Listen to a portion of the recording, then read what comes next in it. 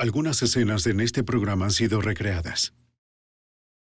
Si quieres vivir otro día, dame lo que quiero. Una serie de robos de bancos se vuelve más violenta con cada asalto y termina en un tiroteo mortal. Con un hombre peligroso suelto, la policía realiza la intensa búsqueda de un fugitivo tan desesperado que no se detendrá ante nada para escapar.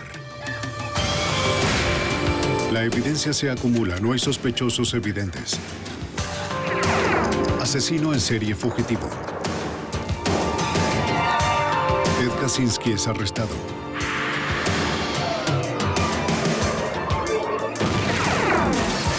Fugitivo aún prófugo.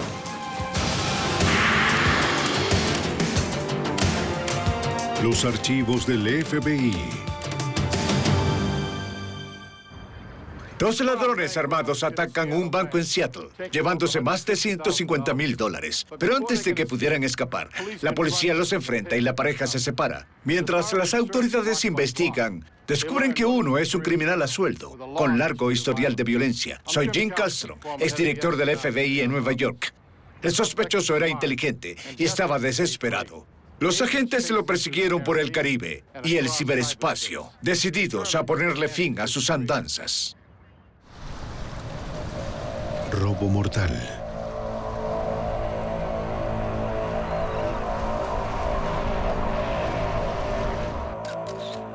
Dramatización. Una de las principales responsabilidades del FBI es investigar los robos a bancos. Se ven más de estos crímenes en Seattle que en casi cualquier otro lugar del país. La oficina del FBI investiga todos los robos a bancos del estado de Washington. El agente especial Mike Adams dirige la división de robos de Seattle. Durante los últimos 5 o 6 años hemos promediado 300 robos a bancos por año, principalmente en el área de los condados Seattle o King. Los robos a bancos son un gran problema en esta área. El FBI estima una alta tasa de adicción a las drogas, y el hecho de que Washington tenga una cantidad bastante alta de sucursales bancarias es una razón para ello. Los agentes de Seattle ven dos tipos básicos de robos. La mayoría son robos discretos cuando un ladrón se acerca a un cajero con una nota pidiendo efectivo de manera silenciosa. No siempre el ladrón busca llamar la atención hacia sí mismo por ser demasiado expresivo o por intentar controlar las operaciones bancarias. Muy bien, amigos. ¡Esto es un asalto! ¡Esto es un asalto! ¡Muévete! ¡Muévete! El otro tipo de robo es más raro y más peligroso. La toma de control. En este tipo de robo tenemos uno o más ladrones que ingresan a un banco e intentan tomar el control de las operaciones bancarias a través de diversos medios. Ya sea ordenado a los clientes a ser sumisos u ordenando a los empleados a salir de los mostradores. La mayoría de las veces, en un asalto de este estilo, el ladrón o los ladrones están armados con armas de fuego. Así que esos son considerados muy violentos en comparación a un robo entre el ladrón y el cajero. Los agentes notan que cada vez que esos bandidos se salen con la suya, vuelven a robar pronto, volviéndose más audaces y violentos con cada nueva operación. ¡Esto es un asalto! ¡Vamos, vamos! El 17 de mayo de 2000, ¡No me veas el rostro! comienza una serie de escandalosos y viciosos robos en un banco del centro de Seattle. ¡No estoy jugando contigo! ¡Date prisa! ¡Todo el dinero! ¡Todo! ¡Le dispararé ahora mismo, señora! Trabajan rápido y desaparecen en minutos con miles de dólares en efectivo. ¡Vamos! ¡Corre! Una semana después, los ladrones atacan otro banco del área con armas más grandes, intensificando el asalto a clientes y empleados. 2 semanas después, los ladrones vuelven a atacar con más agresión. Dado que los robos de este estilo son poco frecuentes, los agentes creen que todos los delitos fueron cometidos por los mismos bandidos. Vimos robos a bancos que parecían ser de naturaleza similar en términos de nivel de violencia. En términos de grandes cantidades de dinero, es evidente que un robo de esa magnitud va a llamar nuestra atención debido al significativo nivel de violencia. Dramatización. Sin embargo, los ladrones siempre escapaban sin problemas en autos robados y no había testigos oculares que pudieran identificarlos. El FBI se enfrenta a un par de criminales experimentados que se vuelven más agresivos con cada ataque. Al reconocer un patrón de comportamiento, las autoridades presienten que estos violentos ladrones se volverán mortales. 6 días después, en la mañana del 22 de junio de 2000, sus temores se hacen realidad. 2 hombres atraviesan la avenida Aurora y se detienen en el estacionamiento del banco Wells Fargo.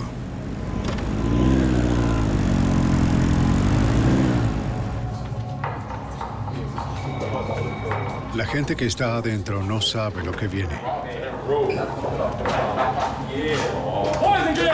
Damas y caballeros, cierren la boca y vayan al suelo ahora mismo. Bien, abajo, abajo, abajo, abajo, vamos.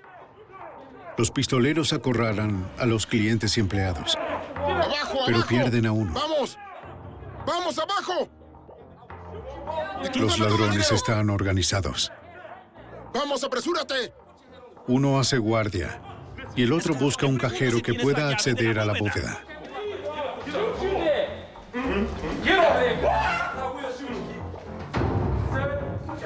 El gerente se comunica con la policía. Todas las unidades. Tenemos un robo a un banco en 120 y Aurora. Una operadora alerta sobre ladrones armados que siguen dentro de un banco. El oficial de Seattle, Wesley Buxton, responde. Era un robo a un banco en progreso.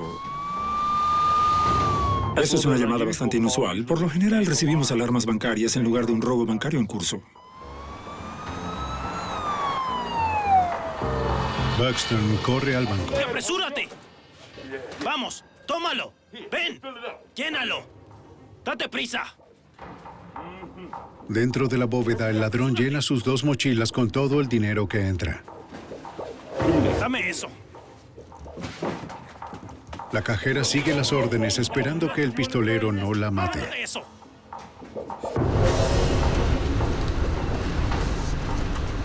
Buxton apaga su sirena cuando se acerca al banco.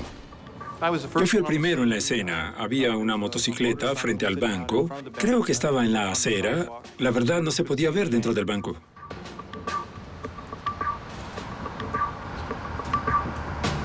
Siguiendo el procedimiento, el oficial llega a la escena y espera los refuerzos. El oficial Rick Sprecher llega y se pone en posición. Los bandidos salen sin notar a los oficiales. No logran encender la motocicleta. ¡Policía, levanten las manos! ¡Ahora! ¡Las manos arriba! Se quedaron congelados por un minuto. Supongo que trataban de averiguar por qué la motocicleta no arrancaba. Y luego saltaron de la motocicleta y comenzaron a huir. ¡No se muevan! ¡Esperen, esperen, esperen! ¡Esperen! ¡Al suelo! ¡Al suelo! ¡Al suelo, dije! Luego uno de los sospechosos se tropieza. ¡Al suelo! Lo tenía apuntado con mi arma y le dije que no se moviera. Buxton se queda con el primer pistolero. El oficial Sprecher ordena al segundo que se detenga, pero el hombre desaparece. De repente, el oficial Buxton se enfrenta con lo impensable. Parecía cámara lenta. Escuché la grabación de la cinta y los disparos fueron sucesivos. Pero en ese momento parecía que había tal vez 1 o 2 segundos entre los disparos reales.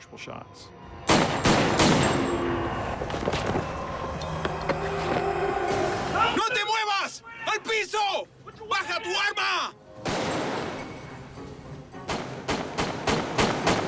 Sprecher dispara deteniendo por fin al pistolero. Los oficiales tienen a un sospechoso. El otro se ha ido. ¡Oficial caído! ¡Necesito refuerzos! La llamada del oficial Sprecher ocasiona una intensa respuesta por parte de la ley. Los paramédicos trabajan para estabilizar al oficial Buxton, mientras que el oficial Sparker informa rápidamente a los detectives. Me descargaron el arma. Estaba en esa esquina. El hombre que le disparó al oficial murió. La búsqueda del segundo sospechoso comienza de inmediato. Una operadora transmite la descripción del prófugo en todos los canales de la policía. Los agentes del FBI se apresuran al banco. Entre ellos está el agente Mike Adams. En mi camino al banco, escuché que un oficial fue derribado por disparos. Era obvio que fue un tipo de robo muy violento. Adams nota que los informes iniciales son similares a los 3 robos anteriores y que la violencia ha aumentado aún más. Con un pistolero armado todavía suelto, las autoridades se mueven rápido para manejar la situación. Había varias personas, espectadores, que se comenzaron a acercar. Así que la policía de Seattle tomó el control de la escena de inmediato debido al peligro y a la amenaza potencial que aún existía. El Departamento de Policía de Seattle dirige a su unidad de homicidios a la escena, incluyendo al detective Paul Suguro. Cada vez que hay un oficial de la policía de Seattle involucrado en un tiroteo, nosotros somos llamados a investigar. Todas las agencias policiales comienzan a trabajar juntas para desarrollar un plan para encontrar al criminal prófugo. La policía de Seattle forma un comando de emergencia para coordinar la operación. La asignación, vamos a concluir y comenzar lo nuestro, ¿de acuerdo? Los miembros de nuestro equipo SWAT ya habían iniciado una búsqueda en el área del perímetro interior. ¡Vamos, vamos, vamos! Avanzando hacia la dirección general del sospechoso prófugo, el SWAT busca en cada potencial escondite. ¡Despejado! Son cuidadosos, pues saben que está desesperado y podría estar en cualquier lugar. ¡Vámonos! Preocupados por la seguridad pública, la policía rastrea el área. Las carreteras están bloqueadas. El tráfico se desvía. El sargento detective David Ritter. El robo al banco y el posterior tiroteo policial ocasionaron una gran presencia policial en el área. Teníamos perros, teníamos el helicóptero del condado de King, el equipo de armas especiales. El equipo SWAT va de puerta en puerta informando a todos en el distrito comercial. Los negocios fueron cerrados. Cerramos todos los negocios locales por motivos de seguridad, ya que el sospechoso todavía estaba en libertad. Estarán bien. Solo háganlo, por favor. Gracias. Después de tratar las heridas de bala en el brazo izquierdo y en el hombro derecho del agente Buxton, los paramédicos lo trasladan al hospital. En ambas heridas la bala entró y salió, así que solo era cuestión de limpiarlas y asegurarse de que no se creara ninguna infección. El agente especial Adams busca pistas en el ladrón fallecido. Su documento de identificación decía que su nombre era Daniel Del Fierro. No era alguien conocido por el FBI en ese momento. Sin embargo, era un nombre del que partir para realizar más investigaciones. Los investigadores encuentran la pistola semiautomática .380 usada para disparar a Buxton. En un compartimiento del cinturón encuentran un revólver .38. También recuperan 2 mochilas llenas de efectivo. Una gran parte del dinero todavía tenía el envoltorio entregado por el banco de la Reserva Federal. Más tarde, el dinero encontrado en ambas mochilas llegó a más de $151,000. Eso es mucho dinero, mucho más de lo que normalmente se obtiene durante un robo a un banco. La policía revisa la matrícula de la motocicleta, pero notan que no les ayudará a identificar al otro sospechoso. La moto era robada. Los agentes del FBI entrevistan a los empleados y clientes del banco en busca de pistas que puedan ayudarlos a localizar al segundo ladrón. Pero los ladrones nunca dijeron nombres y nadie vio sus caras. Un técnico de pruebas recupera una huella que queda en el mostrador. Pero es la única evidencia física que los investigadores encuentran en la escena. El robo fue impecable. La policía local levanta el registro del ladrón muerto, Daniel Del Fierro. acababa de salir de la cárcel, en donde terminó por homicidio y asalto. La policía sigue cazando al cómplice de Del Fierro. A las pocas horas del robo encuentran su rastro. Los detectives revisan un depósito de chatarra cercano al lugar donde recolectan pruebas. Retrocedimos con lo encontrado, ya que fueron pruebas descartadas. Mientras corría, se deshizo del casco de motocicleta y los guantes que tenía. Es algo así como el rastro que dejó atrás. Siguió corriendo otros 15 metros. Luego se quitó la chaqueta porque debía trepar una cerca con alambres de púas. También encontramos una pistola semiautomática calibre 45 cerca de la chaqueta. Los investigadores sospechan que el pistolero estaba cubriendo su rastro al dejar evidencia y cualquier vestimenta que luego lo identificara. Pero justo cuando el rastro del sospechoso parece enfriarse, se calienta de nuevo. Estaré ahí. Me tengo que ir. Los investigadores se dirigen a un edificio cercano respondiendo a una llamada hecha por la administradora del mismo. ¿Fue usted la que llamó a la policía? Sí, aquí estoy. La verdad es que... Llamó a la policía después de encontrar sangre fresca fuera de un apartamento. Y noté toda esa sangre en la escalera. ¿Acaso supusimos que el segundo sospechoso debía haberse cortado la mano al pasar por la cerca? ¿Podría ser del individuo? Si era la sangre del prófugo, todavía podría estar en el edificio, armado y desesperado. Asegurar el perímetro. La policía llama al SWAT. A un lugar seguro. Un equipo cercano llega de inmediato. Con un peligroso y esquivo criminal aún suelto, la policía espera tenerlo acorralado. Después de un robo a un banco en Seattle en junio de 2000, un tiroteo deja a un agente de policía herido y un sospechoso muerto. El segundo sospechoso armado huye a pie y desaparece. La policía sigue un rastro hasta un edificio cercano.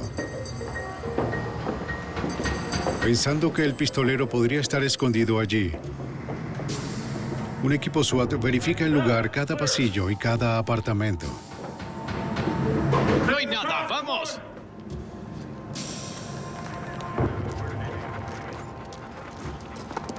Pero no encuentran nada.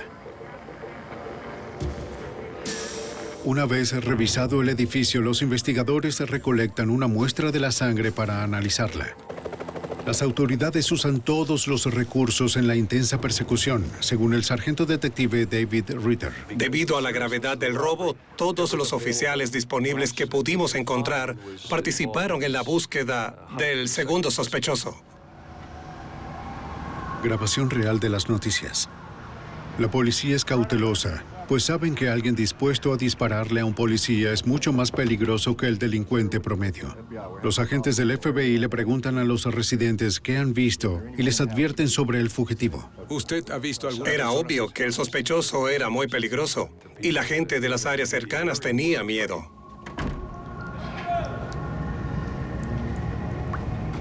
Los oficiales continúan revisando edificios, callejones, cualquier lugar donde el sospechoso pudiera esconderse.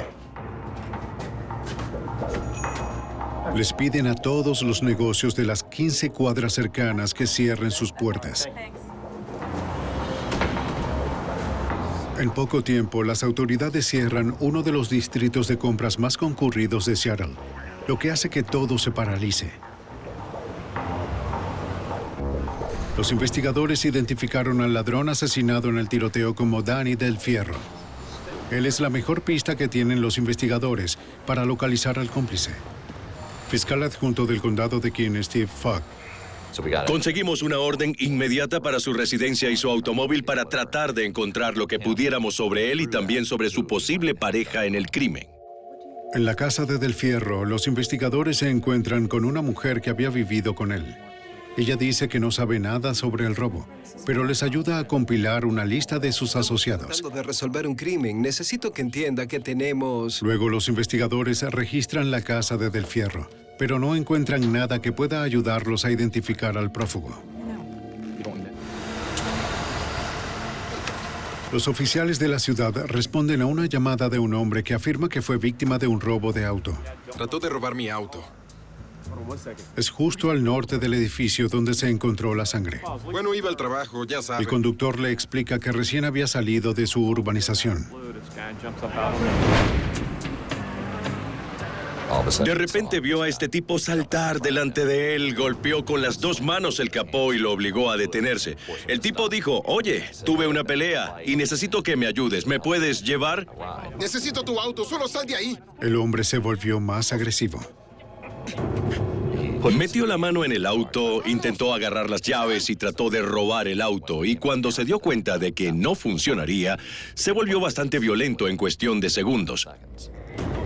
El dueño del auto logró pelear con él, lo empujó hacia la puerta, se fue tan rápido como pudo e informó lo que le había pasado a un oficial. Era un hombre de color, él se acercó. La policía está convencida de que era el mismo ladrón que perseguían.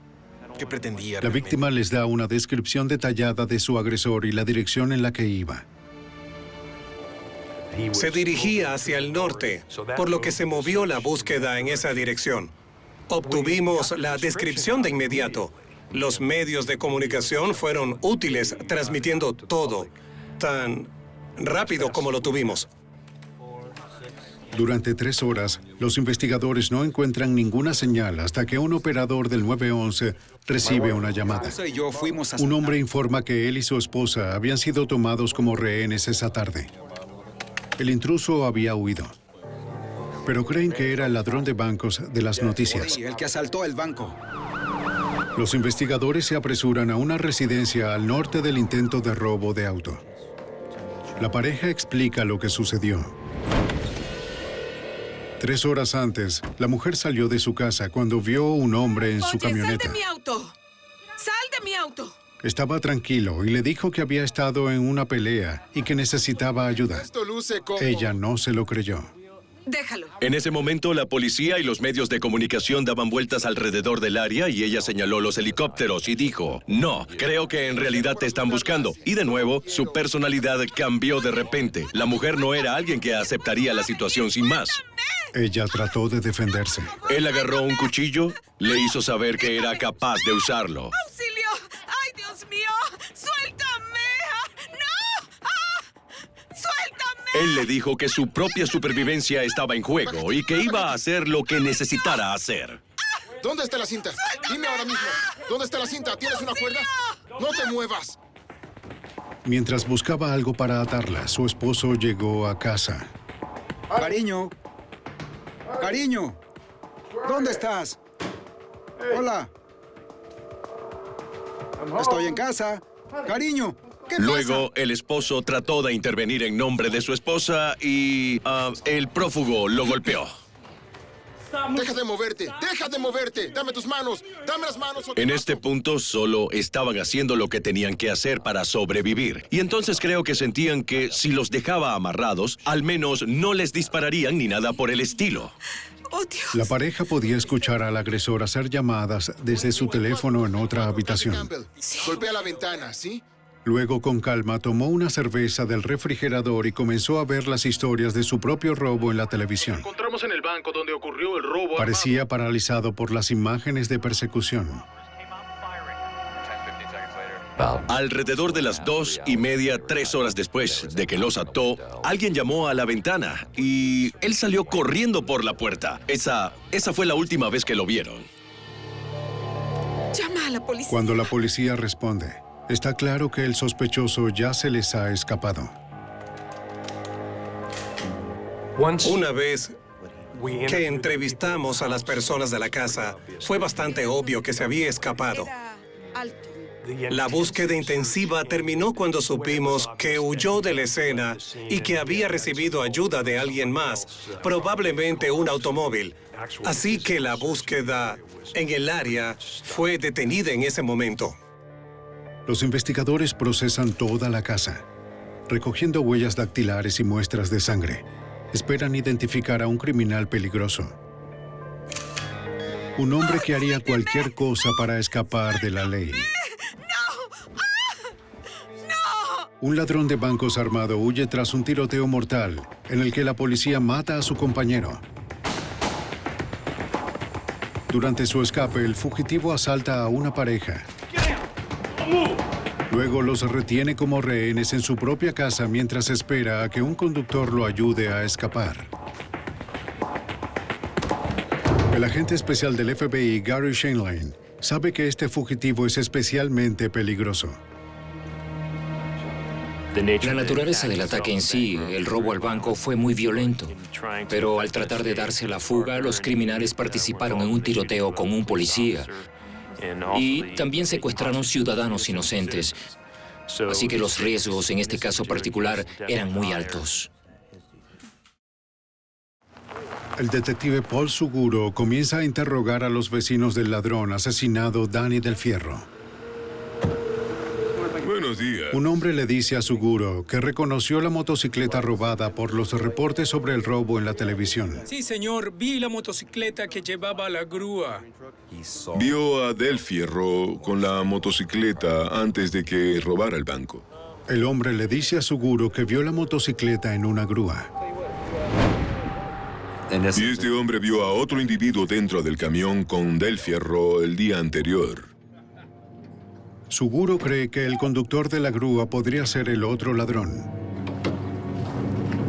Le pregunta al vecino si sabe quién es. El hombre dice que nunca lo había visto antes.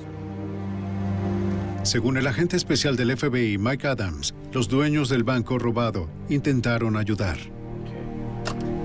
Ese mismo día, el banco se acercó a nosotros y quería ofrecer una recompensa por la información que llevara a la identidad y a la posible condena de la persona o personas responsables del robo bancario armado.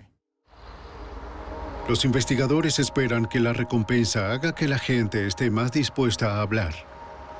Varios agentes del FBI y yo pasamos muchas horas tratando de reunir toda la información posible.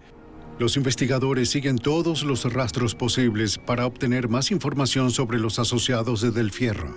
En nuestro intento de investigar a diferentes personas que pensábamos que nos podían llevar tanto a la identidad como a la ubicación del segundo sospechoso del robo y tiroteo, fuimos a varias direcciones distintas. Cada pista lleva a un callejón sin salida. Los investigadores ven un poco de luz cuando los agentes procesan las pruebas que el segundo ladrón dejó en la huida. Dentro de la chaqueta había un pedazo de papel con una fotocopia de la licencia de conducir de una joven de 16 años y además mucha información sobre quién era ella. La policía comienza a buscar a la joven. Llamaron al número más seguro que tenían, que era el de su padre. Y él dijo, pues, ella está en el cine. Y ellos dijeron, pues, ya sabe, tiene que buscarla. Así que ella vino y habló con la policía y dijo que tan pronto como su padre entró al cine, ella supo lo que pasaba. La razón por la que pregunto es... Le muestran la copia de su licencia y le preguntan cómo los ladrones la obtuvieron. Ella nos dijo que fue abordada por una persona con la que fue a la secundaria y esa persona conocida le dijo, conozco a una persona que tiene mucho dinero. Necesita una identificación, un número de seguridad social. Obtendrás unos cuantos dólares si nos permites usar tu información personal. La joven explica que la información se usaría para abrir cuentas bancarias para lavar dinero robado. Ella le da a los detectives el nombre de su amigo de la escuela, el intermediario en el fraude de identidad. Los detectives rastrean al hombre y tratan de que coopere. Nos pusimos en contacto con él temprano, por la mañana. Al principio se mostró un tanto reacio a cooperar, pero luego, cuando empezamos a hablar con él, nos dijo quién era el que le pedía que obtuviera los datos personales de otras personas. Le dice a los detectives que el nombre del hombre es Aristóteles Marr. Entonces pensamos que era muy posible que Aristóteles Marr fuera la persona que buscábamos porque era evidente que quería encontrar la forma de lavar dinero robado para obtener fondos legítimos a cambio. Los investigadores se convencen de que están bien encaminados cuando el intermediario les dice que Marr tiene un servicio de remolque. La policía verifica sus antecedentes. Los registros del DMV revelan que hay una grúa registrada a su nombre, que coincide con la descripción del vecino de Del Fierro. Los investigadores regresan a la casa de Del Fierro para preguntarle a su vieja compañera de piso si conoce a Aristótle Marr. Ella dice que eran amigos desde la infancia. Ahora su nombre había aparecido en 2 fuentes diferentes de la investigación, así que comenzamos a centrarnos en Aristóteles Marr como el segundo sospechoso involucrado en el robo del banco. Las autoridades verifican el registro policial de Marr. Solo tiene un cargo de asalto cuando era menor de edad. Los registros de impuestos muestran que tiene un exitoso negocio de remolques y una propiedad valorada en $400,000. La policía se sorprende al saber que era un atleta estrella en la secundaria y que se graduó con un excelente promedio de 4.0. Lo primero que la gente mencionaba sobre él era su inteligencia. Se notaba que tenía mucho potencial, pero era muy impaciente, y creo que eso alimentó de forma directa la codicia que motivó estos crímenes. Steve Fogg revisa los registros del celular de Marr y de Del Fierro. Descubre las llamadas hechas entre los 2 sospechosos antes del robo. Evidencia circunstancial de que estaban planificando el atentado. Danny Del Fierro y Aristóteles Marr hablaban 10 veces por hora en los días y semanas que precedieron el atentado. La policía pide a los testigos que confirmen la identidad de Marr. Para ello, crean un montaje fotográfico. Lo más común es que hayan 6 fotos y que la persona sospechosa sea una de ellas. Esta vez, la policía hizo un montaje de 12 personas. Hicieron un esfuerzo adicional para estar completamente seguros de que teníamos al hombre adecuado. Las autoridades muestran las fotos a la mujer que fue agredida y secuestrada en su casa. Es él. Ella no lo dudó ni por un momento. Escogió al señor Marr de inmediato. Más tarde, su esposo y la víctima del robo de auto también elegirían a Marr como su atacante. Sí, estoy segura. Así que, junto a toda la evidencia circunstancial, estábamos bastante seguros de que Aristóteles Marr era el tipo que buscábamos. Vamos, prepárense. Las autoridades emiten una orden de arresto para Marr y una de registro para su hogar. Al descubrir las tendencias volátiles de Marr, la policía se prepara para una posible confrontación violenta.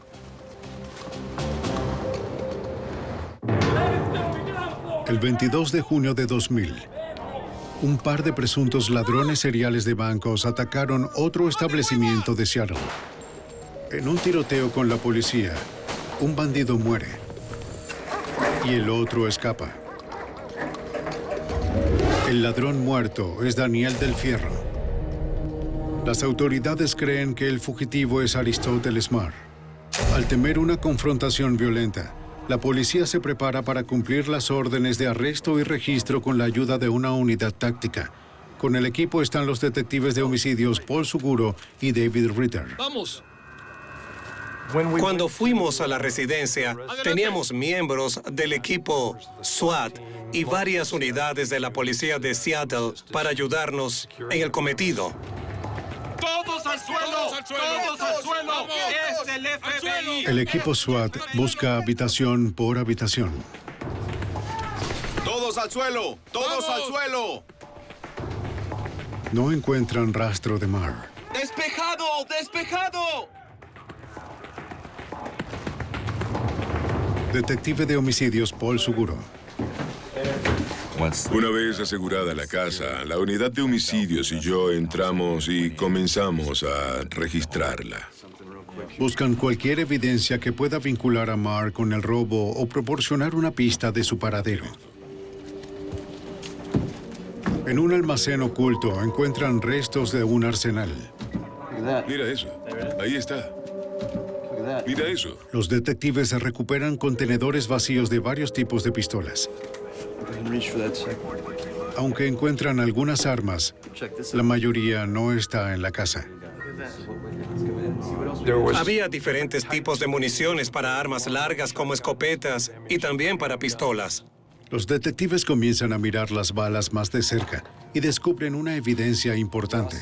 Encontramos municiones que coincidían con las que encontramos en la escena del robo del banco. Las autoridades también descubren otra pista. Hay documentos que muestran viajes frecuentes desde y hacia Jamaica hechos por Marr y varios asociados. También habían pequeñas fotografías y plantillas para hacer lo que parecían ser identificaciones falsas. Más parafernalia por aquí. Los investigadores sospechan que Marr puede tener planes de huir del país con un nombre falso. Durante la búsqueda en el domicilio de Marr, la policía descubre una segunda casa en la propiedad. Disculpe, señor, necesitamos entrar a esa casa. Los agentes presentan de inmediato una orden de registro para el lugar y lo vigilan mientras se procesa la orden. Por una semana, las autoridades observan a la gente ir y venir, pero no ven señales del sospechoso. Cuando un juez finalmente emite la orden, el SWAT entra. ¡Todos al suelo! ¡Todos al suelo! ¡Es el FBI! ¡Es el FBI! ¡Quietos! Lo que encuentran cambia la dirección de la investigación. El edificio es un almacén de bienes robados. Encontramos numerosas cajas de electrodomésticos nuevos. Había cortadoras de césped nuevas, refrigeradores, muchos teléfonos celulares, todo tipo de artículos que aún estaban intactos, nuevos, en su caja. Los investigadores encuentran etiquetas aún adjuntas a los artículos que indican que provienen de tiendas locales. Para nosotros era obvio que Aristóteles Marr estaba involucrado en una empresa criminal más grande que los robos a bancos.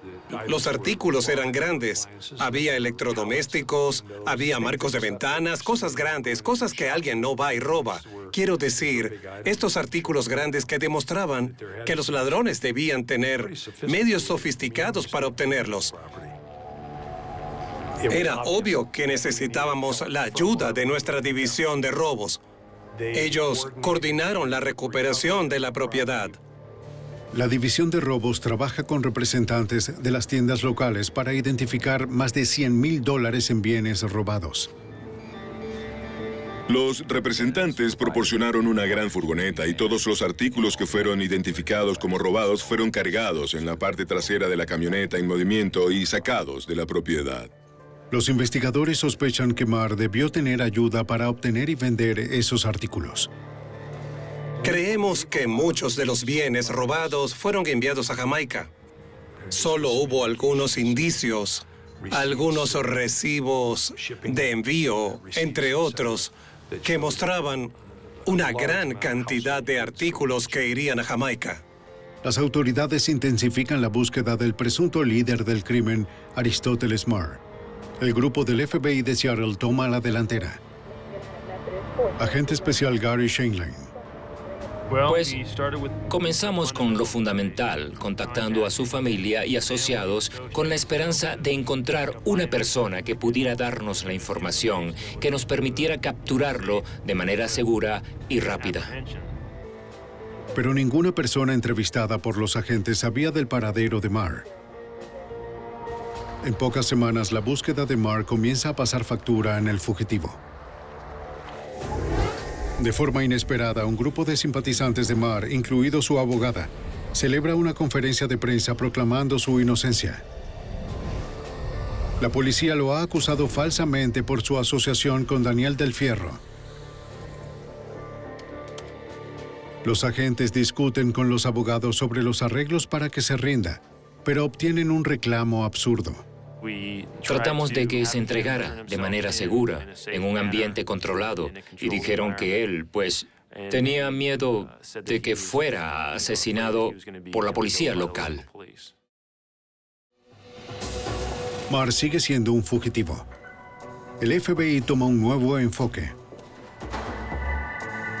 Buscan la ayuda de un programa televisivo nacional de crimen que anuncia una recompensa de $25,000 por información que conduzca a su arresto.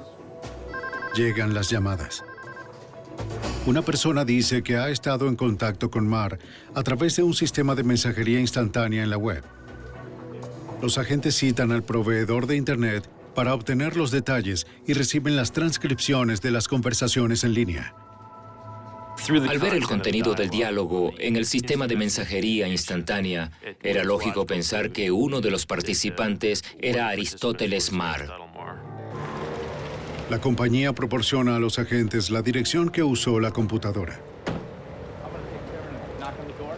Nos acercamos con la simple esperanza de que Marr estuviera allí en ese momento. ¡Abra! Armados con una orden de registro, se enfrentan a un hombre que saben que es un asociado de Marr. No, señor. Sí. Él dice que Marr no está allí. Los agentes realizan una búsqueda exhaustiva de cualquier evidencia que pueda probar que el fugitivo estuvo en el apartamento, pero no encuentran nada.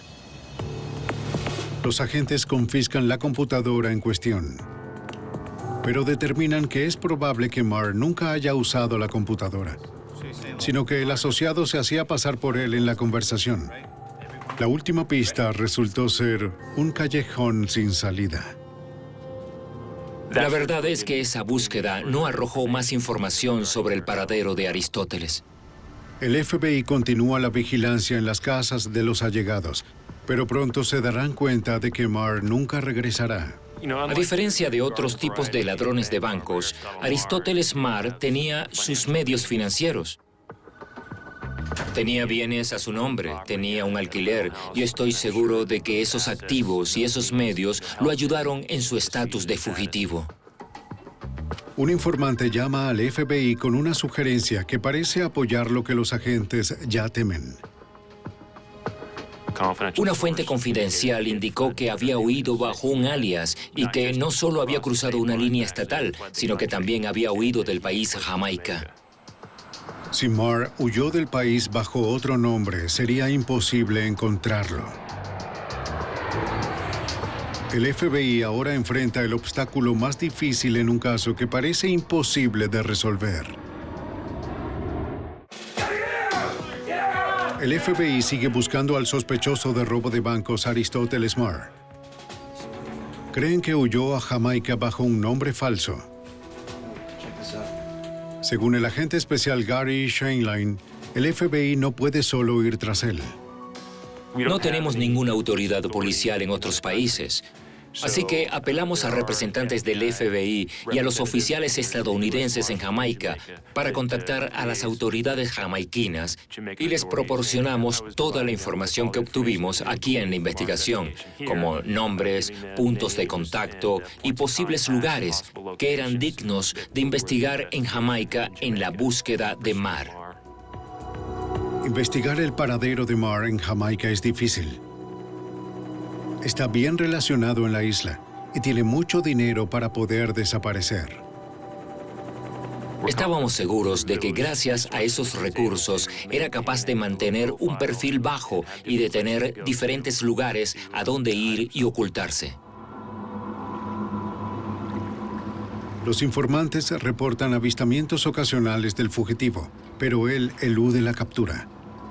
Los agentes creen que se está moviendo de casa en casa durante la noche, apoyado por un grupo leal de asociados. Siguiendo las indicaciones de las autoridades de los Estados Unidos en Jamaica, persiguen sin descanso al fugitivo.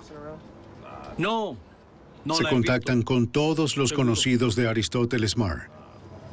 No cooperan, pero los mantienen bajo vigilancia. Aristóteles Marr. Los alguaciles observaban todo lo que hacían en Jamaica. Dejaron muy claro que no se irían hasta que el señor Marr regresara a los Estados Unidos y respondiera a estos cargos. En Seattle, el fiscal adjunto del condado de King, Steve Fogg, decide presentar varios cargos contra el fugitivo, basándose en la abundancia de pruebas que tenían a mano. Lo acusamos con una serie de cargos que reflejaban la naturaleza completa de sus crímenes. Lo acusamos de robo en primer grado con un arma de fuego porque estaba armado cuando eso sucedió. Lo acusamos de dispararle al agente Buxton en complicidad con el difunto Danny del Fierro. Lo acusamos de intento de robo 2, que es una forma formal de decir intento de robo de auto. Y también por los secuestros, pues los ciudadanos fueron tomados como rehenes en su propio sótano. Steve Fogg También sospecha que Marr está involucrado en una red de robo internacional, pero decide no presentar cargos. El señor Marr ya estaría tanto tiempo preso que la cantidad de tiempo adicional que se agregaría con este anillo de robo sería insignificante. Es decir, eso sería 1 año o 2 para un tipo que está condenado a 30, 40, 50 años en prisión. Así que no se los cobramos. Las autoridades intensifican la búsqueda de Marr. Detective de homicidios de Seattle, David Ritter. Mantuvimos la presión.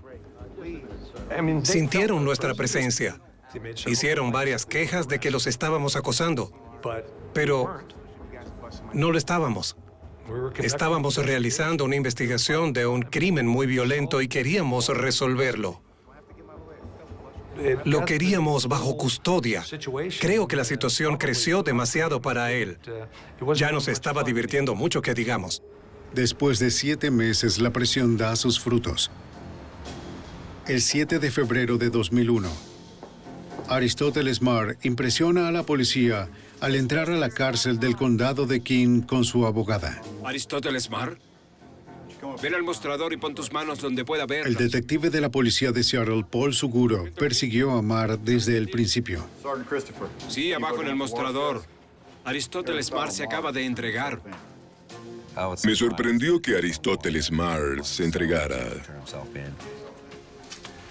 Tratamos de hablar con Aristóteles Marr, entrevistarlo sobre los robos, dónde había estado, pero no quería hablar de ningún aspecto de la investigación.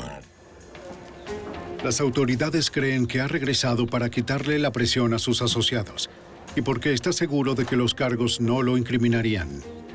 Estaba bastante confiado. De hecho, era arrogante, pensando que este sería un caso que podría ganar en la corte. Regresaría, ganaría el caso y mataría a 2 pájaros de un solo tiro. En su comparecencia, Marr se declara inocente de todos los cargos. Una de las ventajas que tenía el señor Marr al huir era que podía sentarse y ver cómo se desarrollaba el caso. No tenía dudas de que él tendría una explicación para toda la evidencia, desatando una verdadera pelea en el juicio. El equipo de defensa de Marr sabe que sus huellas dactilares fueron encontradas en los artículos que dejó atrás, incluyendo el casco de la motocicleta y un par de guantes. Explican que Marr le prestó los artículos a Daniel Del Fierro, el sospechoso asesinado en el tiroteo. Lo que el señor Marr no sabía, pero nosotros sí, era que teníamos el rastro de sangre que había dejado. Sabía que el siguiente paso era obtener una muestra inmediata de esa sangre. Y sabía que ese sería el paso a la victoria, si lográbamos desarrollar información de ADN a partir de ese rastro de sangre encontrado. Un juez le ordena a Marr que envíe una muestra de sangre para que los expertos la comparen con la sangre encontrada en el edificio, dentro de la casa y en el camión de la pareja secuestrada. Las muestras coinciden. En ese punto desaparecieron todas las inquietudes que teníamos sobre el resultado de ese caso porque, ya saben, estaba claro que, junto con todas las otras pruebas compiladas, este era un caso sólido para ganar. Marr decide no arriesgarse a un juicio y cambia su declaración de culpabilidad. Está condenado a 23 años de prisión sin posibilidad de libertad condicional. El oficial que fue herido de la policía de Seattle, Wesley Buxton, se siente aliviado de que al final el compañero de Del Fierro obtuviera lo que se merecía. Probablemente soy el típico oficial de policía que siente que los delincuentes deberían obtener mucho más de lo que la justicia les imputa, pero estaba bastante satisfecho con la sentencia. Agente especial Mike Adams. Dado el alto número de robos a bancos que tenemos cada año, en promedio más de 300 robos en el estado de Washington, se siente muy bien cuando logramos, o al menos ayudamos a lograr, una conclusión exitosa en una investigación tan complicada por robo de banco. Al final, fueron los esfuerzos combinados del Departamento de Policía de Seattle y el FBI los que definitivamente sacaron a Aristóteles Marr del negocio. Algunas escenas de este programa han sido recreadas. En Las Vegas, fortunas se ganan y pierden a través de los juegos de azar, pero algunos intentan vencer las probabilidades con la violencia. Una banda despiadada de feroces matones ataca a varios casinos, toma miles de dólares y deja un rastro sangriento a su paso. La policía local y el FBI se unen para identificar y rastrear a los letales hombres armados, que no se detendrán ante nada para evitar ser capturados. La evidencia se acumula, no hay sospechosos evidentes. Asesino en serie fugitivo. Ted Kaczynski es arrestado. Fugitivo aún prófugo.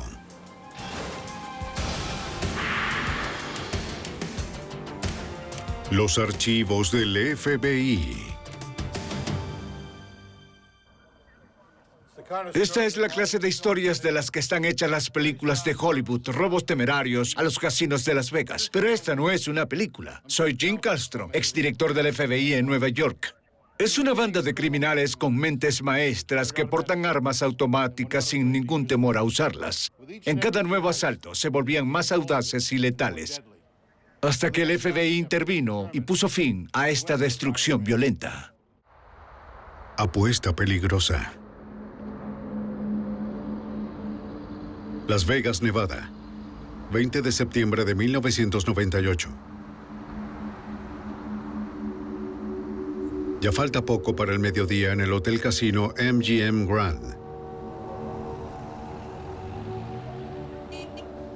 Dos guardias armados, escoltados por un guardia de seguridad del hotel, trasladan el dinero del casino hasta una puerta, donde una furgoneta blindada los espera. De pronto, dos sujetos armados los atacan. ¡Arriba las manos! ¡No se muevan! Uno desarma a los guardias. ¡Dame la bolsa! ¡Acércate más! ¡Las manos en alto! Y luego les arrebata 3 bolsas de dinero que contienen cerca de $350,000 en efectivo. Luego ambos escapan por una de las puertas. Los guardias llaman a la policía de Las Vegas y al FBI. Los detectives y los agentes responden de inmediato e interrogan a los guardias, quienes ofrecen a los investigadores una descripción aproximada de los asaltantes. Ninguno que yo hubiera visto. Bien, ¿y fueron dos? Fueron 2 latinos. Caminaron por aquí. ¿Qué tipo de armas llevaban? Los ladrones no dejaron ninguna evidencia física en la escena del crimen. Automáticas. Correcto. Estaban parados justo aquí, de esta forma. Sí. El MGM, como todos los casinos de Las Vegas, dispone de una amplia red de cámaras de seguridad. Los agentes del FBI revisaron los videos del crimen. ¿Exterior? Seguro.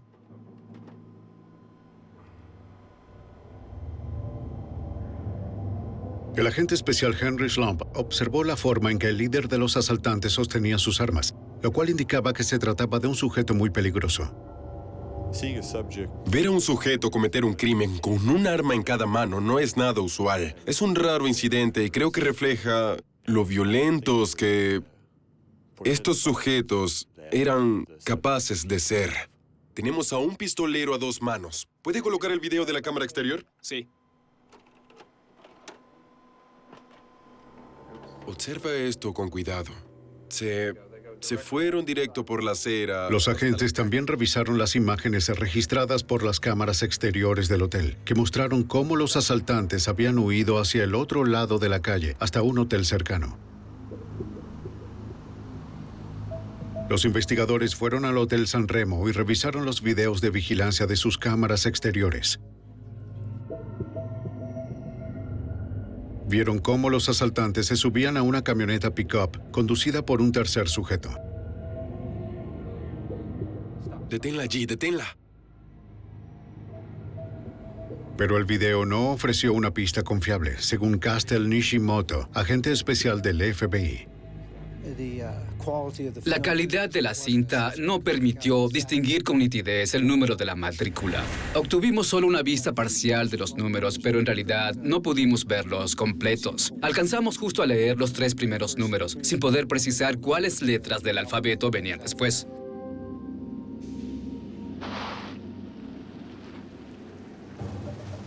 A pesar de contar con solo una descripción general, la policía comenzó la búsqueda de la camioneta del escape. Sin embargo, no pudieron encontrarla de inmediato. Cerca de 2 meses después, los continuos esfuerzos de búsqueda fueron recompensados con un avance en el caso, de nuevo en San Remo. En el estacionamiento del casino, un detective de la Policía Metropolitana de Las Vegas localizó lo que parecía ser la camioneta usada para escapar. La matrícula coincidía con los números parciales, identificados en el video de vigilancia. Los investigadores pensaron que los asaltantes esperaron a que las cosas se calmaran luego del robo, para entonces conducir la camioneta de regreso al San Remo. El detective verificó el número de identificación del vehículo y descubrió que había sido reportado como robado casi 3 semanas antes del robo al MGM. Al realizar la verificación de la matrícula, los investigadores descubrieron que había sido robada de un vehículo inhabilitado que se encontraba en un depósito de Las Vegas.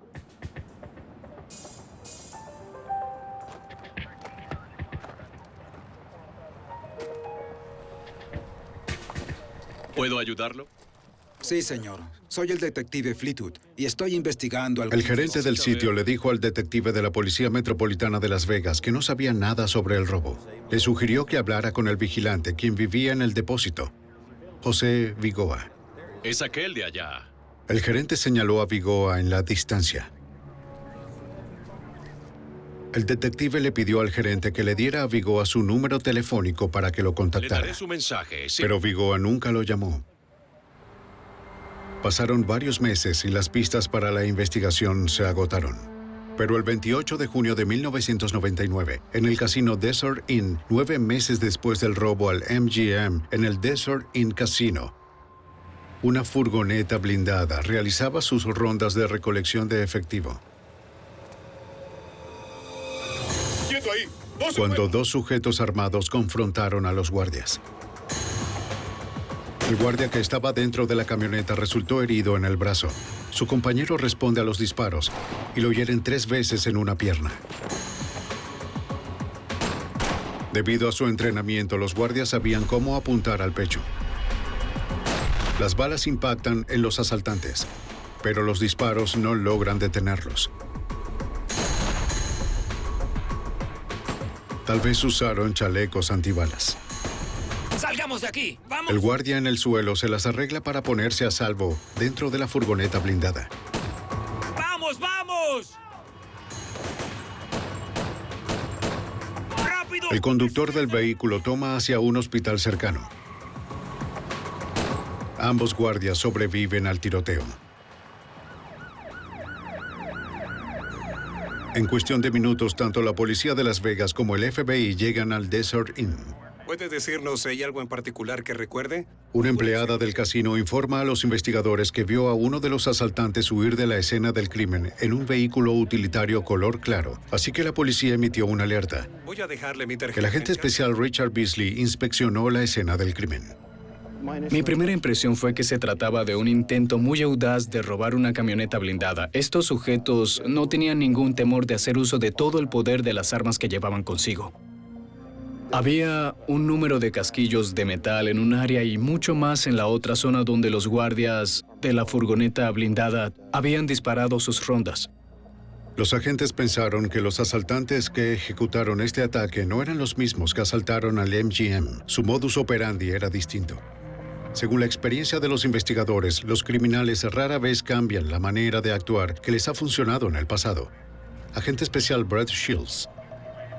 Lograron el robo dentro del MGM, esperando a que los guardias llegaran a la puerta, mientras que el asalto a Desert Inn fue en la parte externa, donde intentaban robarse la camioneta blindada. 10 minutos después de haber llegado a la escena del crimen, el agente Beasley recibe una llamada que notificaba que habían encontrado el vehículo donde huyeron.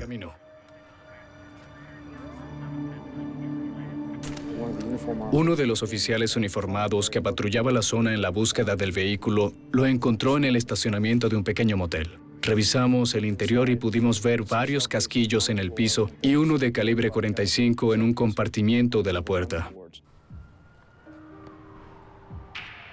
Los investigadores también encontraron una botella vacía en el interior. La conservaron con la esperanza de recuperar alguna evidencia de ADN. En las cercanías, los agentes interrogaron a un sujeto que declaró haber visto a los hombres que conducían ese vehículo. Paseaba a mi perro cuando... Había un testigo que paseaba a su perro cuando presenció el cambio de vehículo.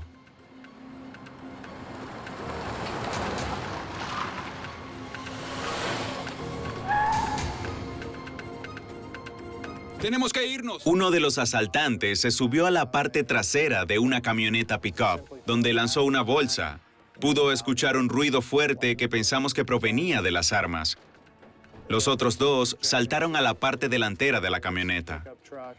Amigo, vámonos. ¿Qué sucede? No puedo hacer nada. La llave no quiere funcionar. Vámonos.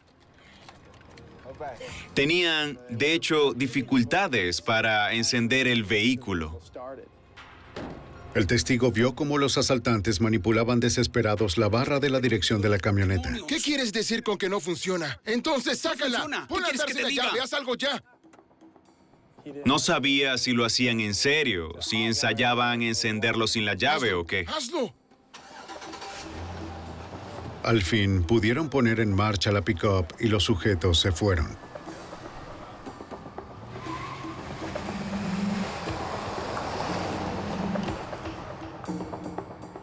Los agentes se preguntaron por qué los sujetos habían tenido que hacer un puente en su propio vehículo de escape. Supuestamente habían estacionado la camioneta allí con antelación. Entonces, ¿por qué no tenían las llaves?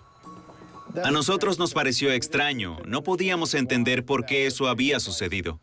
Entonces, los agentes notaron una pick-up de la misma marca y modelo estacionada cerca. Pensamos que tal vez, dado que había dos vehículos que eran muy parecidos estacionados cerca, se subieron al equivocado y por eso la llave no funcionaba y tuvieron que hacer el puente.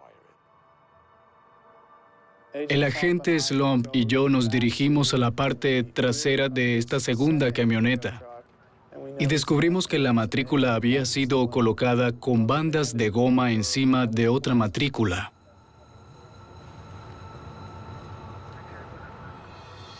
El FBI revisó el número de identificación de la pick-up y descubrió que pertenecía a un ex convicto llamado Pedro Duarte.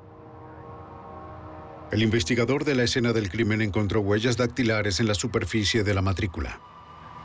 Los investigadores verifican las huellas digitales y descubren que pertenecen a Duarte, lo cual era un indicio de que él había colocado una matrícula robada sobre la de su propia camioneta. A petición de los agentes del FBI, el testigo estuvo de acuerdo en describir a los tres hombres que vio a un retratista de la policía. Los investigadores esperaban que los retratos hablados ayudaran a identificar a los sospechosos. Al día siguiente se dirigieron a la casa de Pedro Duarte para interrogarlo sobre su camioneta. En mis manos llevaba el retrato y, al golpear la puerta, cuando Pedro Duarte se acercó, casi exclamé, ¡Santo cielo! Duarte tenía un gran parecido con el sujeto del retrato. ¿Podemos pasar para hacerle algunas preguntas? Seguro.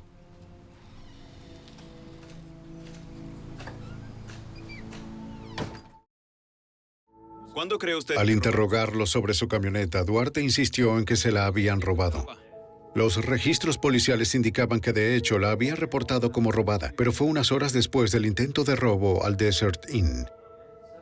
Su historia fue que, como él y su esposa habían tenido algunos problemas, salió de la casa con la idea de caminar para calmarse. Así que estacionó la camioneta, caminó un poco de aquí para allá y que luego se quedó dormido en un banco. ¿La última vez que vio la camioneta? Duarte afirmó que cuando se despertó ya la camioneta no estaba. No estaba cerca cuando ocurrió. Bien, puras tonterías. Nada de ese relato era cierto. Él era solo un petulante. Tan petulante como alguien podía ser. Y su inglés era bueno hasta que llegamos a las preguntas más difíciles. Duarte de pronto afirma que no habla el idioma.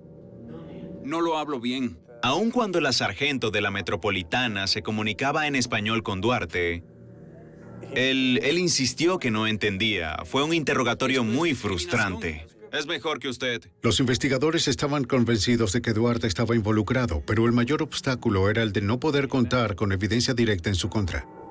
Aún no teníamos ninguna respuesta, es decir, no era cierta esa historia de la caminata, por supuesto.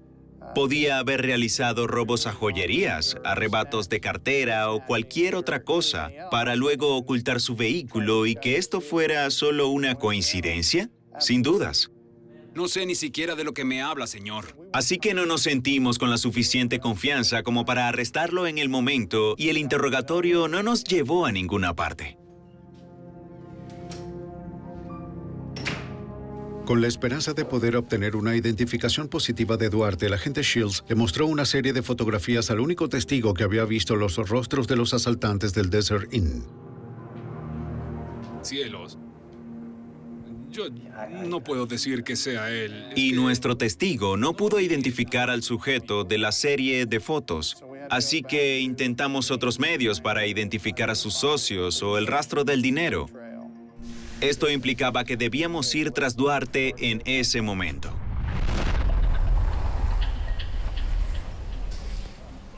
En un intento de reunir cualquier evidencia incriminatoria en contra del sospechoso, los investigadores comenzaron a vigilar a Duarte.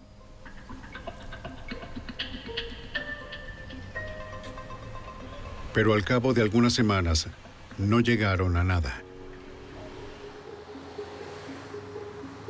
El 11 de octubre de 1999, en el casino Mandalay Bay, 4 meses después del intento de robo en el Desert Inn, 2 guardias armados recogían $88,000 para trasladarlos hasta la furgoneta blindada. Y de pronto, ¡retrocedan! Un par de sujetos armados los emboscaron. ¡Retrocedan! En el otoño de 1998, ¡Quietos! ¡No se 2 asaltantes ejecutaron un robo audaz a mano armada dentro del casino MGM Grand de Las Vegas, llevándose casi $350,000. Luego, un año después, unos guardias que recogían el dinero del casino Mandalay Bay son atacados. ¡No te muevas! Los asaltantes los desarman con rapidez y huyen con $88,000 en efectivo. ¡Listo! ¡Andando! ¡Vámonos! En la oficina de campo del FBI de Las Vegas, los agentes revisan los videos de vigilancia del robo. El agente especial Brett Shields sospecha que los ladrones que asaltaron en la MGM también realizaron este asalto. Cuando vimos la forma en que este robo fue llevado a cabo en el Mandalay Bay, encontramos muchas similitudes. La manera como se aproximaron, la forma en que sostenían las armas, una en cada mano, al igual que los brazos extendidos. Todo esto nos llevó a pensar que tanto el MGM como el Mandalay Bay estaban relacionados. Los investigadores revisaban de nuevo el caso con la intención de encontrar alguna pista que se hubiera pasado por alto. Agente especial Richard Beasley. Brett Shields y yo estuvimos en la oficina revisando el caso sobre cómo podríamos armar nuevas pistas y asegurarnos de si todas las que teníamos fueron cubiertas. Miré por encima de su hombro y reconocí un nombre allí. Vigoa era el vigilante del depósito a quien los detectives nunca pudieron interrogar. Y en ese momento fue como que si se encendiera una luz y se lo comenté al agente Beasley. Oye, este es, de hecho, José Vigoa, es decir, este es nuestro sujeto. José Vigoa. ¿Quién es el sujeto? El agente Shields tenía una historia con Vigoa. Había arrestado a José Vigoa en 1990. Fue uno de los primeros arrestos que realicé como agente del FBI. En 1990, el FBI investigaba a un inmigrante cubano de nombre José Vigoa por tráfico de cocaína y Shields se dirigió a un depósito con una orden de registro para revisar su cubículo. Justo cuando la revisión comenzaba, José Vigoa trató de huir a toda velocidad. Uno de los agentes se encontraba en la puerta y él incluso intentó atropellarlo.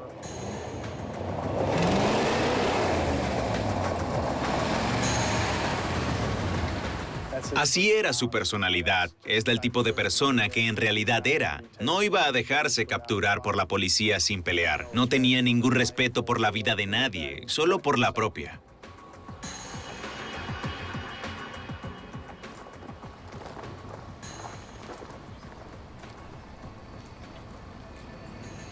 Los investigadores revisaron el cubículo de depósito de Vigoa, donde encontraron una balanza cubierta de residuos de cocaína con sus huellas dactilares. Más tarde fue declarado culpable por tráfico de drogas y por agredir a un oficial federal. Cumplió 6 años en prisión por sus delitos. ¿Tenemos algún otro sospechoso en este caso? Shields recordó que Pedro Duarte había sido interrogado sobre el tiroteo reciente en el Desert Inn. Duarte es el cuñado de José Vigoa. Los investigadores ahora sospechaban que los 2 robos dentro de los casinos estaban conectados con el ataque fuera del Desert Inn. Al parecer, era el trabajo de un solo grupo de asaltantes. Los agentes decidieron mostrarle al oficial de libertad condicional de Vigoa el video de vigilancia, con la intención de que pudiera identificar a alguno de los delincuentes. Al día siguiente, en la oficina del FBI, la oficial de libertad condicional de Vigoa revisaba las cintas de video de vigilancia de ambos robos. El del MGM y el del Mandalay Bay. Mencionó que uno de ellos se parecía a Vigoa, pero que no podía llevar a cabo una identificación positiva. Decepcionados, pero sin inmutarse, los agentes comenzaron a vigilar a Vigoa.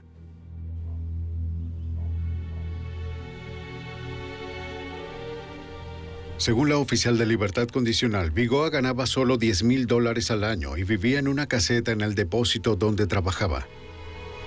Pero el agente Beasley descubrió que en realidad vivía en una casa de clase media. Revisamos los antecedentes financieros de la casa y, de hecho, la habían comprado solo unas semanas después del robo de MGM. Esto resultó interesante para nosotros porque se realizó un pago cercano a los $19,000 en efectivo por esa casa. Una casa que no estaba a nombre de Vigoa, sino del comprador, un sujeto llamado Oscar Cisneros. Los agentes sospechaban que Vigoa utilizaba a Cisneros como su lugarteniente para ocultar sus propiedades. Luego de hablar con la oficial de libertad condicional de Vigoa, descubrimos que prestaba servicios como mano de obra, con un ingreso salarial bajo. Así que, si estos activos hubieran estado a su nombre, resultaría muy sospechoso para su oficial de libertad condicional. Las finanzas de Vigoa eran cuestionables, pero no constituían un indicio de su culpabilidad.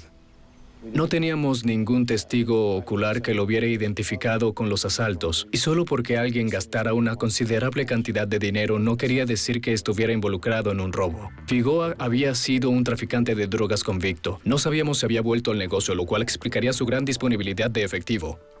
Los resultados de los antecedentes financieros no eran suficiente evidencia como para continuar con una investigación.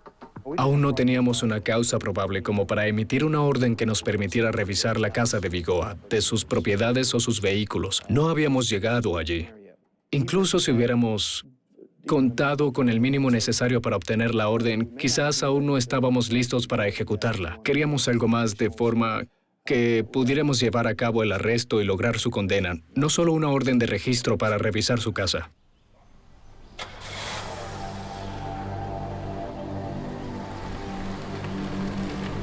Los agentes siguieron vigilando a Vigoa.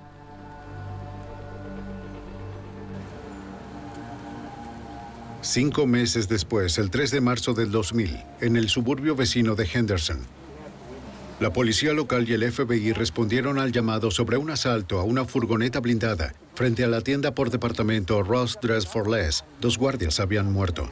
¿Pudo ver a los sujetos? Cuando llegamos a la escena del crimen, ya estaba asegurada. Había vehículos por todo el sitio, los testigos estaban dispersos y el cuerpo de uno de los guardias yacía en el estacionamiento, cerca de la camioneta. No era una buena escena. Los investigadores trabajaron para determinar la serie de eventos que llevaron a ambas muertes. Comencé a interrogar a los testigos que estaban en el estacionamiento y en los negocios aledaños. Muchas personas escucharon los disparos. Algunos vieron a los asaltantes al disparar y otros el vehículo cuando salía del lugar. Cada uno tenía una pequeña pieza del rompecabezas que queríamos armar. Según los testigos, cerca de las 11:15 de la mañana, una furgoneta blindada se estacionó frente a la tienda por departamentos. Uno de los guardias de seguridad entró para recoger los depósitos de la tienda y caminó entre 2 minivans que los testigos reportaron haber visto estacionadas desde tempranas horas de esa mañana. Cuando el guardia regresó con el dinero, los asaltantes se le abalanzaron. ¡Quieto! ¡No se mueva! ¡No se mueva! El guardia sacó su arma, disparó e hirió a uno de los asaltantes en la rodilla. ¡Maldición! ¡Levántate! Pero otro de los asaltantes abrió fuego con un rifle de asalto, matando al guardia casi al instante. Luego el pistolero dirigió su furia contra el conductor de la camioneta blindada. El líder de los asaltantes tomó las bolsas con el dinero. ¡Vamos! Los 3 sujetos escaparon, en lo que los testigos describieron como un sedán beige. El monto de lo robado fue menos de $5,000. Fue todo lo que vi nada más. La enorme violencia utilizada en este crimen fue en realidad increíble. La cantidad de disparos y la brutal sangre fría con la que fueron asesinados los oficiales de seguridad fue algo sin precedentes. Dadas las características del ataque, los agentes sospecharon que el robo había sido perpetrado por el mismo grupo que investigaban en ese momento. La forma como se aproximaron al vehículo blindado, las armas de alto poder, los disparos, todo coincidía con el ataque al Desert Inn. Los técnicos de la escena del crimen procesaron las 2 furgonetas usadas por los asaltantes, pero no pudieron recolectar ninguna evidencia que pudiera ayudar a identificarlos. A medida que continuaron con su trabajo hacia las primeras horas de la noche, los investigadores vivieron la experiencia de una escalofriante tristeza inesperada. Yo diría que... Cerca de las 5 de la tarde, el teléfono móvil del guardia asesinado comenzó a repicar y sentimos un vacío total, que es la pesadilla de todos los policías cuando no has regresado a casa en alguna noche en particular. Entonces tu esposa o tu ser cercano llama para saber dónde estás y por qué no has regresado. El teléfono continuó repicando y todos queríamos responder, pero hablar con esa otra persona causaba una muy mala sensación. Los investigadores en el lugar acordaron unir fuerzas para rastrear a los asesinos. Formamos un comando especial de trabajo para el caso entre el FBI, la policía de Henderson y la Policía Metropolitana de Las Vegas, con el fin de identificar al grupo de sujetos que habían cometido los crímenes. La meta de cada uno era la misma: intentar atrapar a estos sujetos. Pero sin evidencia alguna que implicara a los sospechosos, tendrían que moverse con rapidez si querían atraparlos antes de que atacaran de nuevo. En Henderson, Nevada, un grupo de asaltantes fuertemente armados continuó su ola de violencia con el asalto a una furgoneta blindada, matando a 2 guardias en medio de una lluvia de disparos.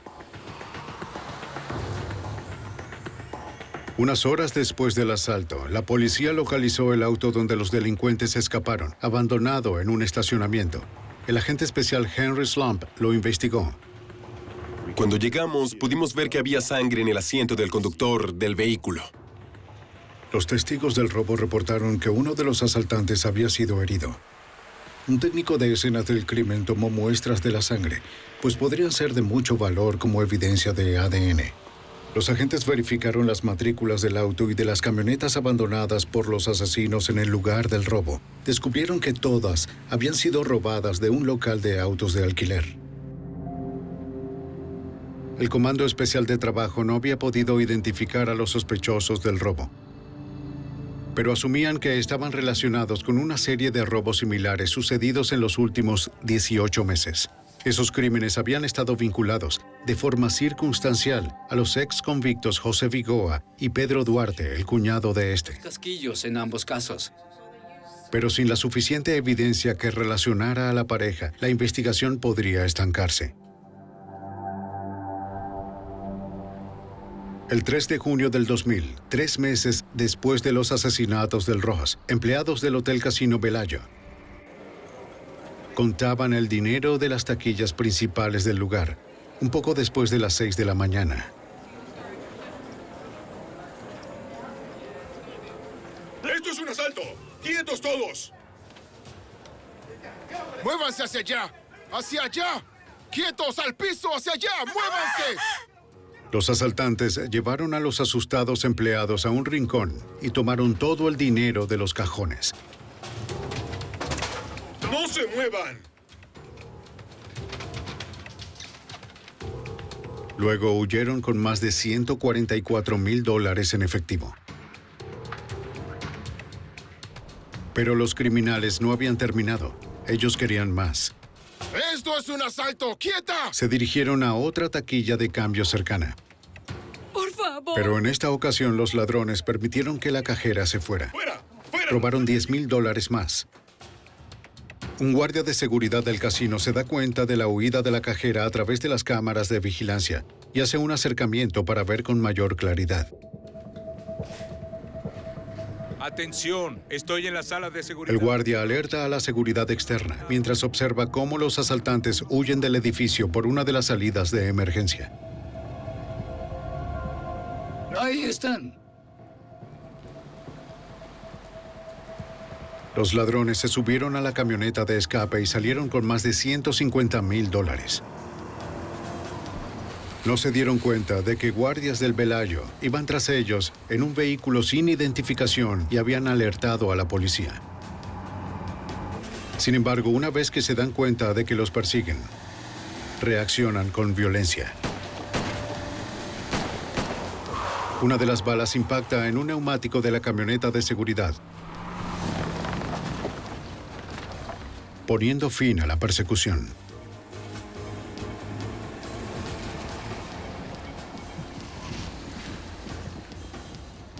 Por fortuna, ninguno de los guardias resultó herido.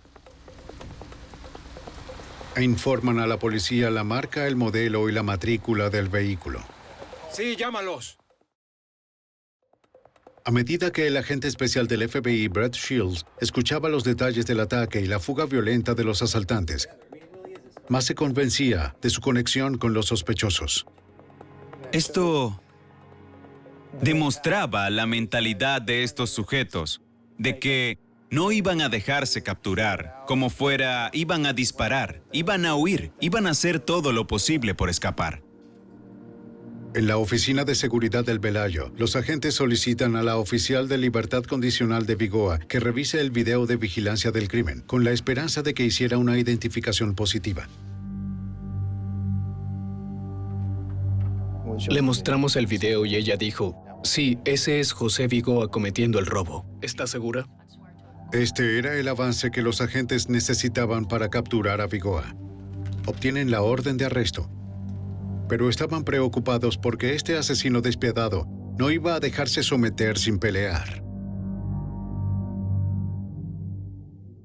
¡Escuchen todo! En Las Vegas, el FBI al fin pudo identificar al ex convicto José Vigoa como el presunto líder de una banda violenta de ladrones que ya había asesinado a 2 personas.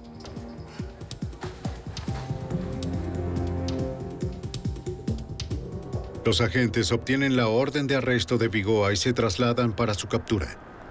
Brett Shields, agente especial del FBI. Teníamos al vehículo delante. El equipo SWAT metropolitano iba a detenerse para bajar a Vigoa a punta de pistola. Los oficiales SWAT salieron y lo apuntaron con sus armas. FBI, salga del vehículo ahora. Me detuve cerca del vehículo SWAT. Vigoa y yo estábamos uno al lado del otro, entonces comencé a mostrarle mis credenciales, pero él seguía comportándose como si no supiera quiénes éramos. Y puesto que el vehículo delante no estaba muy cerca del suyo, Vigoa pudo tan solo retroceder un poco y escapar.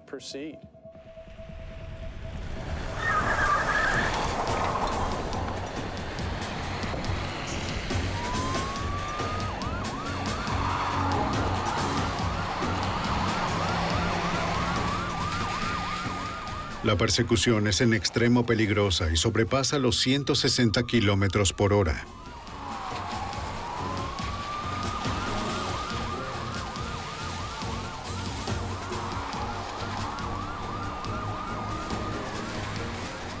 El sospechoso se negaba a reducir la velocidad ni por un segundo. Luego de unos cuantos kilómetros, Vigoa pierde el control y choca contra un árbol. Salió del vehículo y huyó. Se fue, saltó unas cuantas cercas y escapó. Los oficiales del equipo SWAT de Las Vegas persiguieron a Vigoa mientras el agente Shields fue a inspeccionar el vehículo destrozado. ¡Salga del auto! Para su sorpresa, encontró a la esposa de Vigoa en el asiento del pasajero. ¡Su otra mano! Fue puesta bajo custodia y más tarde liberada, una vez que los investigadores determinaron que no tenía que ver con los crímenes de su marido. En el asiento trasero, el agente Shields descubre a la hija de Vigoa. Su esposa estaba en el vehículo con la pequeña niña. Resultó evidente su total despreocupación por ellas. No le importó dejarlas allí enfrentando a la policía y a todas las armas que iban a estar apuntándolas. Solo se ocupó de él mismo. Los agentes de SWAT al fin alcanzan a Vigoa y lo derriban. ¡No se mueva!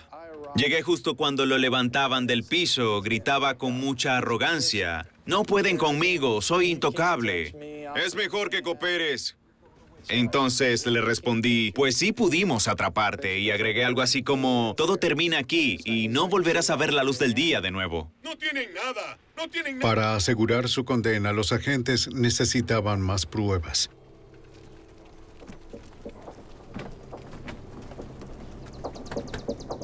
¡Es la policía! ¡Abra! ¡Policía! Armados con una orden de registro, entraron a la casa de Vigoa, donde encontraron cerca de $100,000 en efectivo, pero no había ninguna evidencia directa que lo relacionara con alguno de los robos. Con Vigoa bajo custodia, el agente especial del FBI, Richard Beasley, decide acercarse a Oscar Cisneros, el lugarteniente de Vigoa. ¿Es Oscar Cisneros? Necesitábamos interrogar a Cisneros sobre los activos que estaban a su nombre y que Vigoa utilizaba. Nos identificamos y le dijimos que José Vigoa había sido arrestado por el robo de Bellagio, que teníamos que interrogarlo acerca de la relación con Vigoa y de los robos que habían venido ocurriendo en Las Vegas. Le dije que además queríamos revisar su casa. Entonces respondió, de acuerdo, hablaré con ustedes y podrán revisar mi casa. Bien, gracias.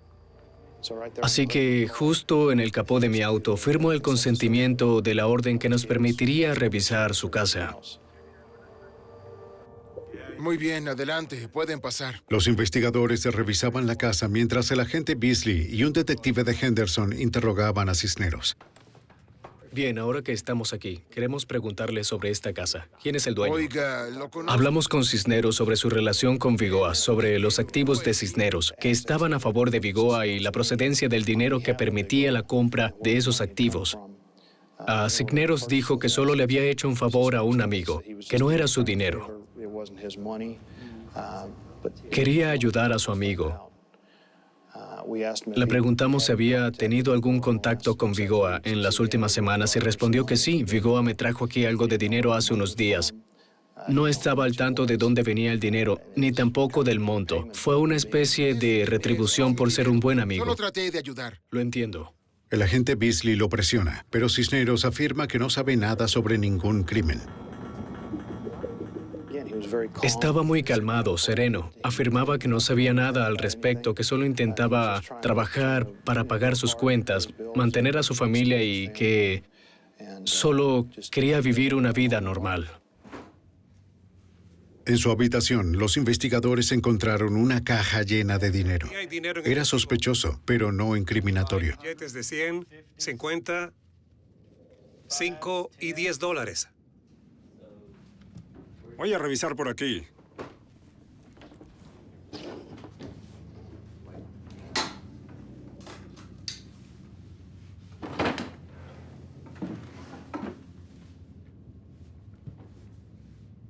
Luego de una búsqueda de más de una hora sin ningún resultado, como por corazonada, uno de los investigadores decide buscar algún compartimiento secreto. Encontré algo aquí.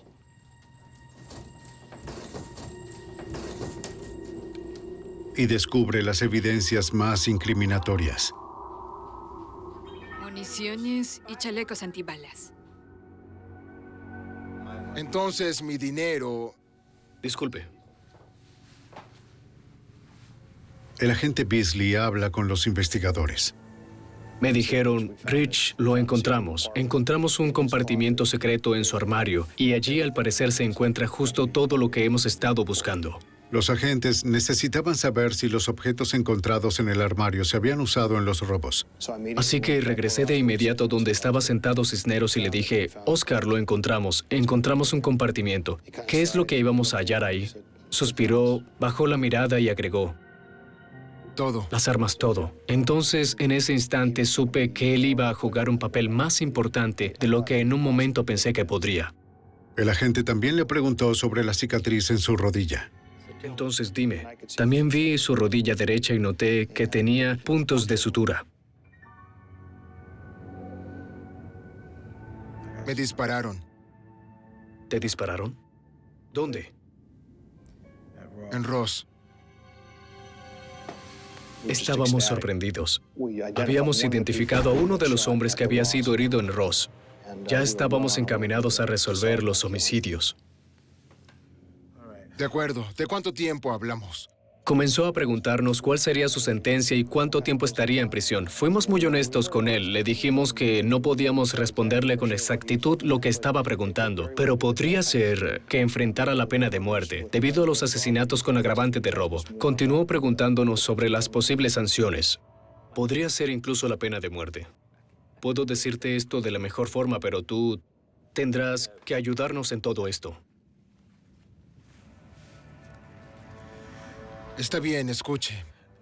Al final confesó los asesinatos de Ross, el ataque a la camioneta blindada en el Desert Inn, el robo al MGM, el robo del Mandalay y el asalto al Bellagio. De acuerdo, el jefe es José Vigoa. Es decir, él es el líder. Con base en la confesión de Cisneros, descubrimos que Vigoa era el líder. Era él quien organizaba todo y quien decidía cuáles robos llevar a cabo. Su cuñado, Pedro Duarte, estuvo involucrado en los robos. Solo hasta el del Desert Inn.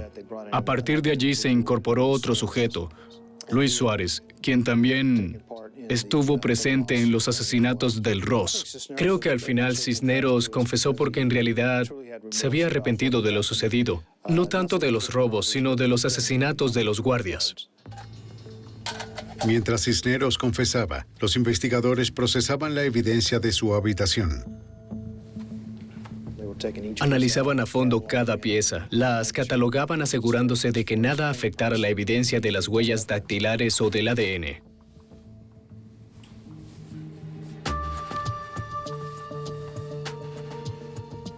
Hacia el final de la búsqueda encontraron lo que parecían ser bombas de fabricación casera dentro de tubos negros de PVC de 4 centímetros con una especie de circuito unido a ellas.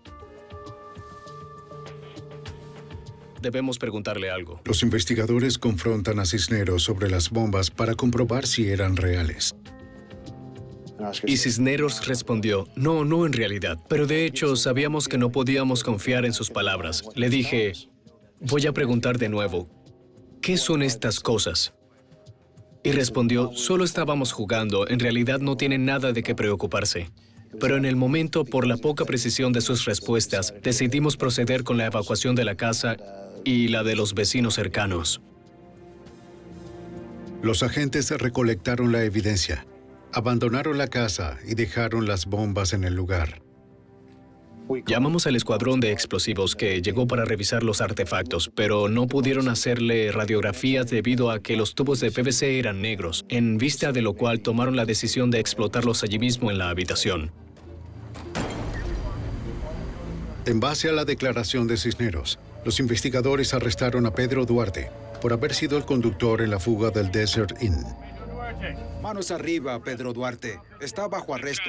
Dese la vuelta, contra la pared. De la calle Brooks. Inquilino 24. Los investigadores se trasladaron para intentar arrestar al tercer asaltante, Luis Suárez, pero ya había huido del estado. Central, de acuerdo. Los expertos en balística revisaron las armas encontradas en la casa de Cisneros, y estas coincidían con los casquillos de las balas de los asesinatos del Ross y del tiroteo del Desert Inn. También descubrieron evidencia importante en contra de Vigoa. Descubrimos una huella dactilar de Vigoa en una bala encontrada dentro de una revista en el armario de Cisneros. Los fiscales detienen a Oscar Cisneros, lo trasladan al centro de detención del condado de Clark e intentan aprovechar su testimonio en el juicio contra los otros asaltantes. Nos parecía que teníamos el paquete completo. Contábamos con la confesión de Cisneros, toda la evidencia física de las armas, del dinero y la ropa encontrada en el armario. Así que pensamos que todo encajaba muy bien. Pero un suceso imprevisto pondría en peligro todo el caso.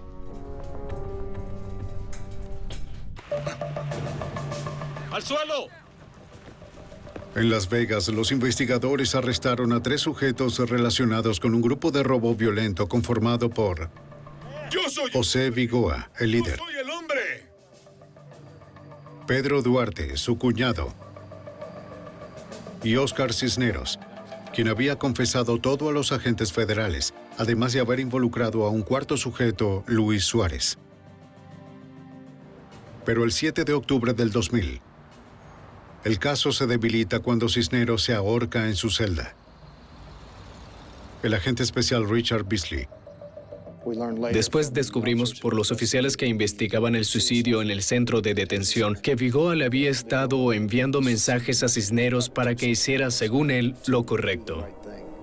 Creo que Cisneros no quiso darle más problemas a su familia. No quería lidiar con la situación y por eso tomó una salida rápida, la del suicidio. Al morir Cisneros, su confesión muere con él, ya que sería inadmisible en la corte. El equipo de la fiscalía entonces recurre a la ciencia forense para poder relacionar a los otros asaltantes con el crimen. Las pruebas del ADN de la botella de agua recuperada y las máscaras de esquí vinculan a Vigoa, a Duarte y a Suárez con los delitos.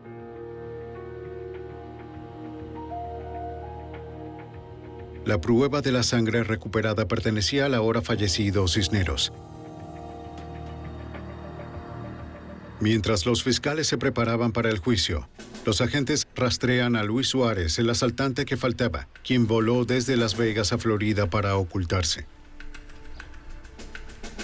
FBI, alto. El agente especial del FBI, Brett Shields. Volamos a Florida, desacreditamos todas sus coartadas y luego al final lo arrestamos por sus crímenes. En el otoño del 2003, 5 años después de que los robos y de los asesinatos ocurrieron, Suárez, Duarte y Vigoa fueron a juicio en Las Vegas. Luis Suárez se declaró culpable de robo a mano armada y recibió una sentencia de 6 a 15 años.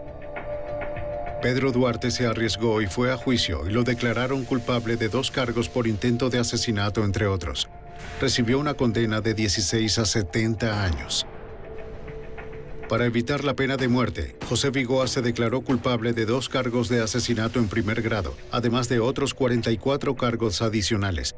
Fue condenado a cadena perpetua sin posibilidad de libertad condicional.